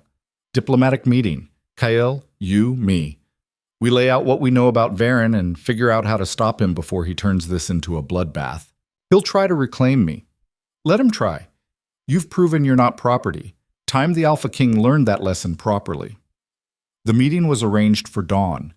Neutral ground, a clearing between territories. Kael arrived with his full guard, looking like vengeance itself. When he saw Liora standing beside Darius, his expression went dark. "You took her." "She came here with information," Darius corrected. "Information that concerns both of us." "I'm not interested in—" "Chancellor Varen is planning to assassinate you," Liora interrupted. "And frame me for it. That interesting enough?" Kael stopped. "What?" She laid it out. Everything. The poison operation, the conspiracy, Varen's coordination with Kane's organization, the planned purge. "This is ridiculous," Kael said. "Varen has served my family for decades. And used that trust to manipulate you," Liora snapped. "He pushed for my rejection, kept the hunt going, used Marcus as leverage, all designed to keep you distracted while he consolidated power." "Why would he?" "Because you're a reformer. You've been pushing for changes to pack law, more rights for lower ranks, limits on alpha power. Varen represents the old guard. He wants the system preserved, and you're threatening it." Kael was quiet, processing. "Show him the evidence," Darius said. They did. The data drive, Sarah's testimony, the communication trails. By the end, Kael looked like he wanted to murder someone. "If this is true—" "It is," Garrett confirmed. "We've verified the financial trails. Varen's been operating a shadow network for months." "Then we move on him, now." "Carefully," Darius cautioned. "He'll have contingencies. Moving too fast alerts his network." "Then we move smart." Kael looked at Liora. "You started this. How do we finish it?" "Varen wants me dead because I'm proof the system is breakable. So we use that. Let him think he's won, then flip it." "How?" She smiled. It felt sharp. "We fake my death, make him think his plan succeeded. Then we trace his celebration back to his co-conspirators." "That's risky." "That's justice. He tried to use me as a pawn. Time to show him what happens when pawns learn to play." The plan came together over the next 6 hours. They'd stage an attack on Kane's compound, make it look like Varen's people succeeded. Liora's death would be confirmed by multiple sources. Then they'd watch who celebrated, who moved to consolidate power, who revealed themselves as part of the conspiracy. "This could still go wrong," Rhea warned. "If Varen suspects—" "He won't," Lior said. "He's been winning for months. People who win get confident. Confident people make mistakes." The attack was scheduled for the next night. Liora spent the day preparing, writing letters to Marcus in case things went wrong, working with Sarah to create a more refined antidote. If this worked, they'd need it to save Varen's future victims. Kael found her in the laboratory. The bond flared, painful and insistent. "We need to talk," he said. "Not now." "Yes, now. Before you do something that might get you killed." She set down her equipment. "Fine, talk. I was wrong. At the rejection, I was wrong about everything. I know. And I want to—" He stopped. "I want to try again. Let me reclaim you properly. Let me—" "No." The word dropped like a stone. "Liora, you rejected me because I wasn't what you wanted. Weak, poor, wasteland trash. And now you want me back because I proved useful. That's not how this works." "That's not why—" "Isn't it? Would you be here if I hadn't saved your life? If I hadn't developed the antidote? If I wasn't suddenly valuable?" He didn't have an answer. "That's what I thought," Liora said. "You want the version of me that fits your needs. But that's not who I am. I'm the woman you called nothing. The one who survived your rejection. The one who's been building herself into something you never expected. You don't get to claim that. The bond is biology. It doesn't mean we're meant to be together. It just means we're compatible. And right now, we're not." She walked past him, felt the bond tear, felt her wolf whimper in protest. But she kept walking, because for the first time since the rejection, she was choosing herself. The staged attack happened at midnight. Explosions, gunfire, chaos. Darius's people made it look real. Liora died defending the compound, multiple witnesses confirming it. Her body was transported to a secure location, actually a sealed medical wing where she'd remain hidden. By dawn, the news had spread. Liora Dane, the rejected mate, was dead. And in the capital, Chancellor Varen allowed himself a small smile. One problem eliminated. now to handle the others. But in the medical wing, Liora was very much alive, watching, waiting, ready to burn down everyone who'd tried to treat her like nothing. The hunt was over. Now came the reckoning. Being dead was surprisingly boring. Liora spent 3 days in the medical wing watching intelligence reports filter in. Varen hadn't just celebrated her death, he'd accelerated. Within hours of the news, he'd moved against 2 council members who'd supported Kael's reforms. Both were found dead, poisoned. The assassinations were sloppy, rushed, confident. "He's getting careless," Darius observed, reviewing the reports with her. "Thinks he's won." "Good. Careless people leave trails." The trails were damning.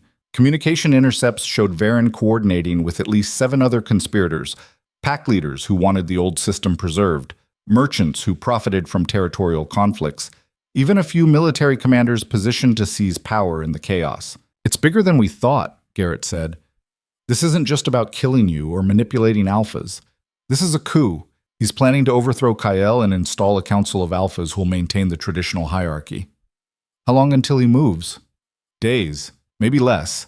With you dead, his biggest obstacle is gone. He'll move before Kael realizes what's happening." Liora looked at the maps spread across the table. Territory boundaries, pack locations, military positions. "We need to draw him out.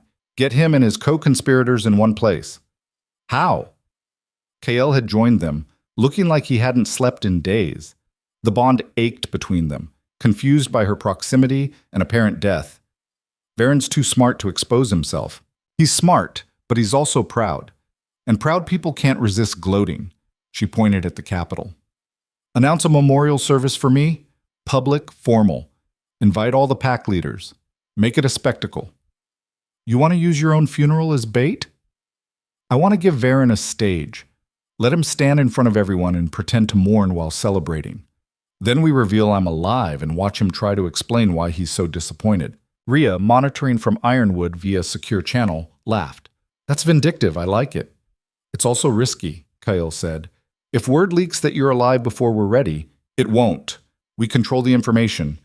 3 days from now, my funeral. Varen and his allies in one place. Then we spring the trap." The plan was ambitious and required perfect coordination. Darius would provide security, his people positioned throughout the capital. Rhea's network would feed intelligence. Sarah would have antidotes ready in case Varen tried more poisonings. And Liora would wait, hidden, until the exact right moment. "What about after?" Kael asked quietly. "After we expose him. After we rebuild. Change the laws that let someone like Varen operate. Make sure rejected mates aren't treated like defective property." "And us?" She met his eyes. "There is no us. Not the way you want. The bond doesn't mean we're meant to be together. It just means biology wanted us compatible. But compatibility isn't love. And it sure as hell isn't respect. I respect you. Now. After I proved useful, that's not good enough." The silence hurt worse than the bond. "I won't stop trying," Kael said finally. "To prove I've changed. To earn another chance. Maybe someday that'll matter.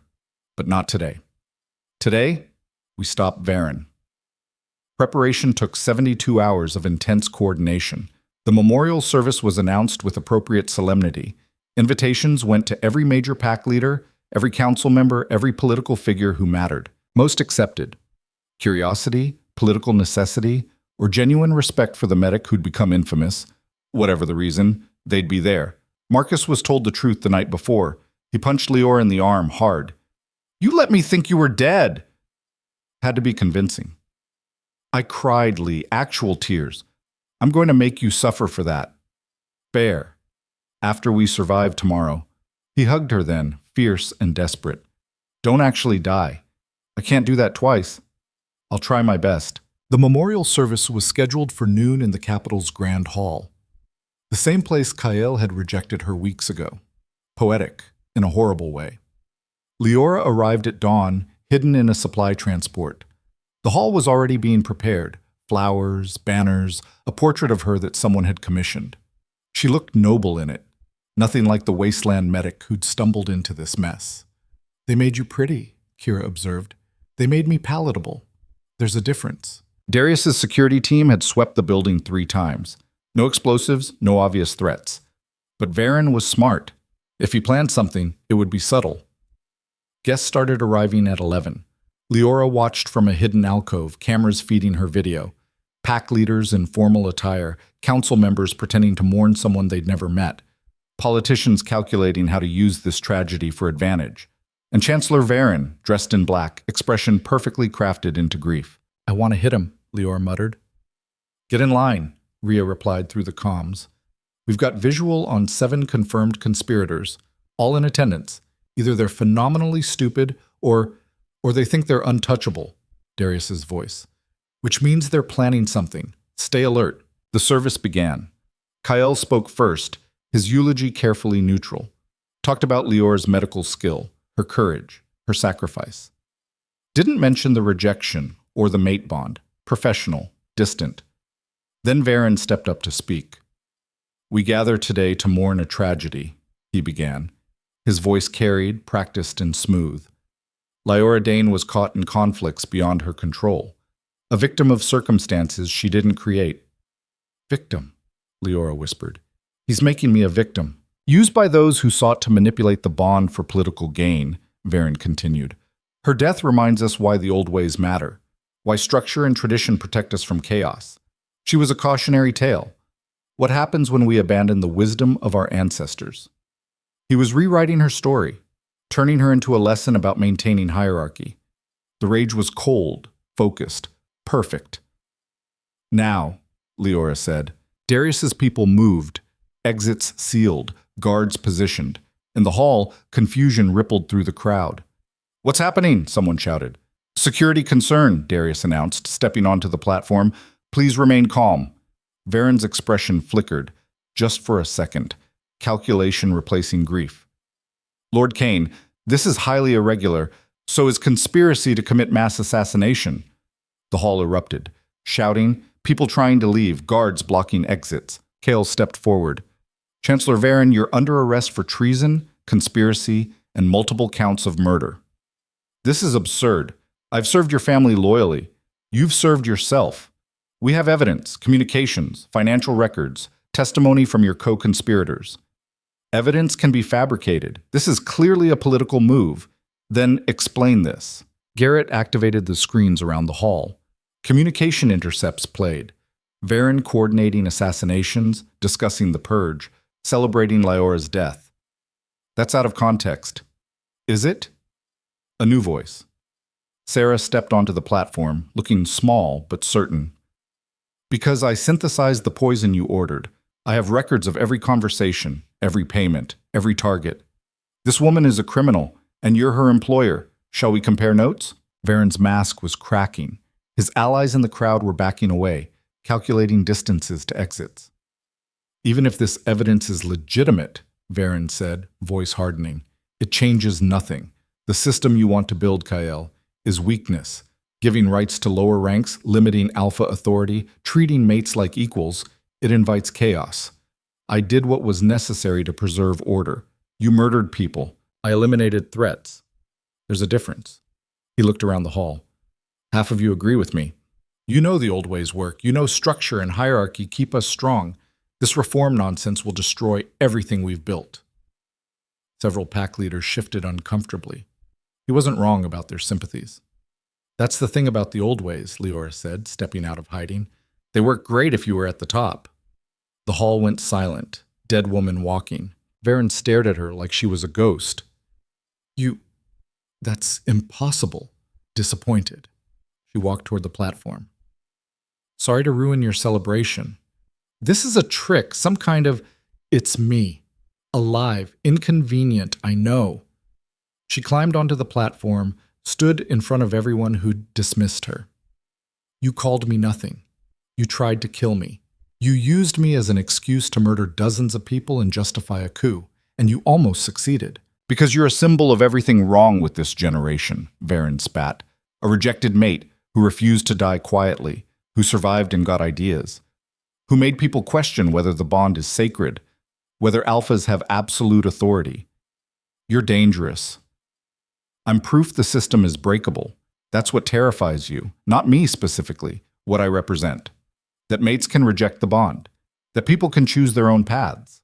That power is an absolute. Without structure, we have chaos. Without change, we have tyranny. She looked at the assembled leaders. He's right about one thing. This isn't just about me. It's about what happens next. Do we keep a system that treats people like property, that says rejection equals death, that gives unchecked power to whoever's strongest? You want to destroy pack culture, someone in the crowd shouted. I want to evolve it. There's a difference. Packs work because of loyalty, family, mutual protection. But somewhere along the way, that became control and ownership. We can keep what works and change what doesn't. Pretty speech, Varen said. But you're one person, a rejected mate with no pack, no power, no authority. Why would anyone listen to you? Because she survived, Kael said quietly. Because she proved the old ways wrong. Because she's standing here after everything we threw at her. That counts for something. Because she developed an antidote that saved lives, Darius added. Because she exposed a conspiracy that would have killed dozens more. That matters. Because she chose courage over comfort, Ria's voice came through the speakers. Ironwood recognizes her as one of ours. Attack her, you attack us, pack leaders murmured. This was unexpected. The rejected mate had allies, support, power of a different kind. This changes nothing, Varen insisted. She's still just... Finish that sentence, Liora interrupted. Call me nothing again. I dare you. He couldn't, because everyone could see she wasn't nothing, wasn't property, wasn't a victim to be pitied or discarded. Arrest him, Kael ordered. Guards moved in. Varen resisted, but half-heartedly. The fight had gone out of him. As they took him away, he looked at Liora. You won't change anything. The system is too strong. Too many benefit from it. Maybe, but I started a conversation. That's more than you wanted. Over the next week, the conspiracy unraveled completely. 7 pack leaders were arrested, financial assets frozen. The assassination network dismantled. Sarah got her immunity and disappeared. Last Liora heard, she was teaching chemistry at a university under a new name. Marcus stayed in Ironwood, started training as a medic. Turns out I'm good at stitches, he said. Must be genetic. Ria expanded the neutral settlement network. More people want out-of-pack politics than we thought. We're building something different. Takes time, but it's happening. Darius Kane returned to his territory, considerably quieter. Turns out, I don't like being manipulated. Who knew? He'd voided the marriage contract publicly, apologized publicly, and offered reparations publicly, trying to rebuild a reputation. And Kael pushed through reforms that half the council hated. New laws protecting rejected mates, limits on alpha authority, rights for lower ranks. It was messy, political, slow, but it was happening. Liora watched from Ironwood, working as their lead medic, building a real clinic, training others, developing medical protocols. The work was satisfying in ways the wasteland practice never was. Here, she had resources, support, time to do things right. 1 month after the memorial service that became an arrest, Kael visited. He came alone. No guards, no political entourage, just the Alpha King in civilian clothes, looking uncomfortable. Can we talk? He asked. They walked the settlement perimeter. The bond hummed between them, quieter now, like it had accepted this strange limbo. The reforms are working, he said. Slowly, but they're working. I heard. That's good. It's because of you. What you did, what you survived, it gave people hope that change was possible. Don't make me a hero. I was just trying not to die. You were doing more than that. You were proving something, that the system isn't absolute, that people can choose differently. They walked in silence for a while. I'm not asking you to come back, Kael said eventually. To the capital, to the pack, to whatever you think I want. You were right. I wanted you because you became valuable. That's not the right reason. No, it's not.